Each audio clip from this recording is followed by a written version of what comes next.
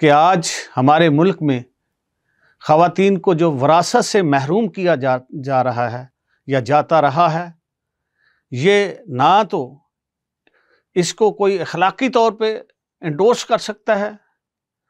نہ مذہبی طور پہ کر سکتا ہے، نہ دینی طور پہ اس کو، یہ ہم تو اس کے اتنا سخت خلاف ہیں کہ ہم تو کہتے ہیں کہ اس بندے نے جس نے بھی ایسا کام کیا وہ اس دنیا میں بھی فلاح نہیں پا سکتا اور آخری دنیا میں بھی فلاح نہیں پائے گا، اس لیے کہ ہم کہتے ہیں کہ وراثت جو کسی بھی مذہب سے، کسی بھی سسٹم سے رہتے ہوئے یہاں خواتین کو جو حصہ دیا گیا ہے ان کو نہ دینا، یہ معاشرے کی بھی خلاف ورزی ہے، معاشرتی اصولوں کی بھی، انصاف کی بھی، اور مذہب دین کی بھی خلاف ورزی ہے۔ لہٰذا ہم